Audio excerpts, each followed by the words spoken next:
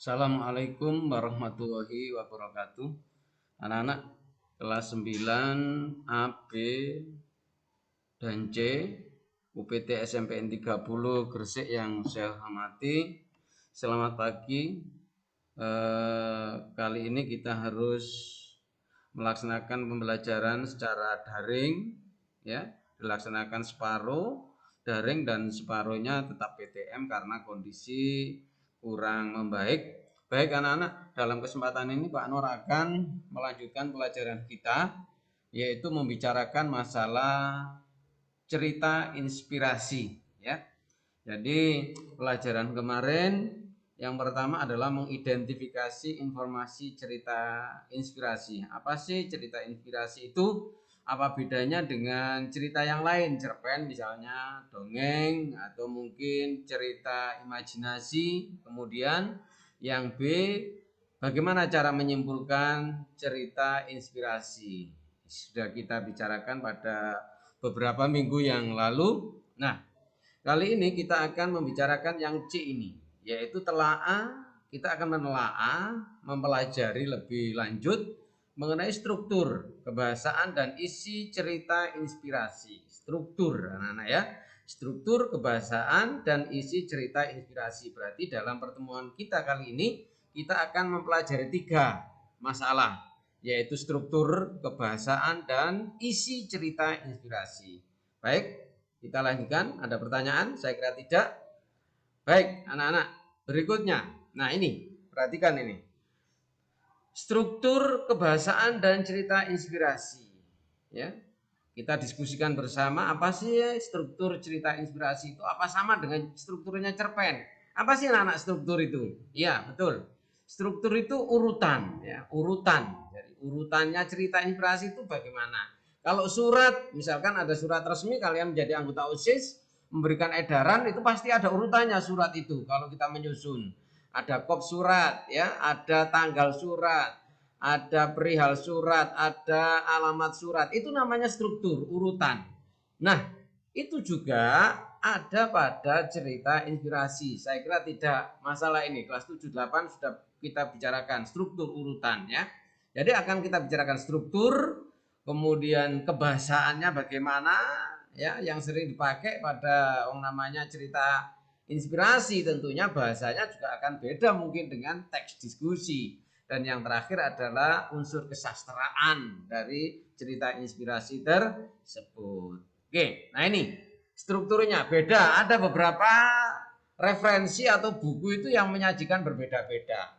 Satu orientasi, ya, komplikasi, resolusi, dan koda. Ada buku, kalau di buku kita itu sebelum komplikasi itu ada perumitan peristiwa.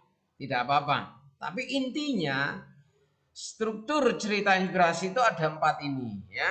Orientasi, komplikasi, resolusi, dan koda. Orientasi pengantar. Berarti pada awal cerita itu hanya penulis, ya, pengisah itu hanya mengenalkan tokohnya, mungkin settingnya saja, ya. Kemudian apa? Baru masuk pada cerita. Yang pertama perumitan mestinya, ya.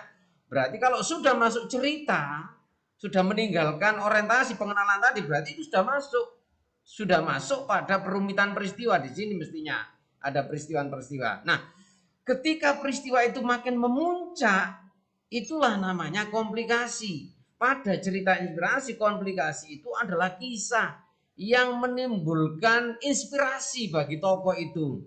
Nah, jadi apa? Komplikasi itu adalah bagian cerita inspirasi yang merupakan adegan di mana tokoh itu apa? Mengambil inspirasi, munculnya inspirasi, yaitulah namanya komplikasi. Nah, kemudian resolusi ini mulai menyadari, berarti cerita sudah mulai menurun, ya, karena tokoh sudah menyadari apa yang dilakukan selama ini kurang tepat. Berarti di sini dia sudah memperoleh apa? Inspirasi, motivasi, ilham. Baru terakhir koda atau penutup, di mana koda ini adalah biasanya adanya saran atau pelajaran yang bisa kita petik. Berarti pesan moralnya apa? Oh, berarti jadi orang itu jangan gerusa-gerusu, jangan suka menyakiti orang lain. Itu pelajaran, pesan moralnya apa, ya. Berarti kita harus sama umpamanya bisa bersyukur dengan apa yang diberikan oleh Allah kepada kita. Jadi selama ini kita akan mengeluh saja. Dengan koda ini kita akan, oh iya, berarti saya akan bisa mensyukuri apa nikmat yang diberikan kepada Allah. Itu namanya koda. Itu adalah struktur. Anak-anak ya, dilanjutkan Pak Noar. Ciri kebahasaan, penggunaan diksi, pilihan kata, jenis kalimat, kata sambung atau konjungsi, ada makna denotatif, makna sebenarnya, makna kias, sinonim, persamaan kata, antonim, lawan kata, kalimat tanya, kalimat perintah, berita ya, kalimat yang butuh jawaban, menyuruh, ini memberitahu, itu namanya kalimat berita. Kata sambung ada koordinatif dan serta korelatif, baik maupun hubungan ya, koordinatif itu dan bisa menjumlahkan, koordinatif, subordinatif setelah, sebelum, jika, jadi ada semacam anak kalimat dan induk kalimat, antar kalimat walaupun. Inilah kebahasaan yang sering muncul ya. Jadi anak-anak diksinya seperti ini, bisa makna denotatif, kata yang bermakna sesungguhnya. Baik, kemudian unsur isi, unsur-unsur kesastraan teks cerita inspiratif apa?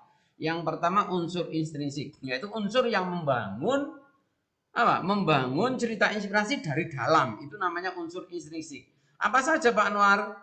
Tema, amanat, alur, penokohan, sudut pandang, latar. Tema ya, pokok permasalahan. Tema itu pokoknya, beda dengan judul. Ya, Pak Anwar sudah sering mengatakan bahwa tema itu beda dengan judul. Lebih-lebih pada cerita fiktif, ya, cerita rekaan, misalkan cerpen. Tema bisa, contoh saja, judulnya Simalin Kundang. Temanya apa? Kedurhakaan anak kepada orang tua, kepada ibunya. Nah itu kedurhakaan anak itu tema. Kalau Simalin Kundang itu judul. Jadi tema itu harus ada sebelum kita membuat sebuah karangan. Tapi kalau judul bisa kita pasang setelah karangan selesai. Bisa temanya, bisa amanatnya, bisa tokohnya, bisa latarnya. Ya. Kemudian unsur ekstrinsik adalah unsur yang membangun sebuah cerita dari luar. Apa itu Pak Noar? Kondisi sosial masyarakat, misalnya kebudayaan, agama, ya.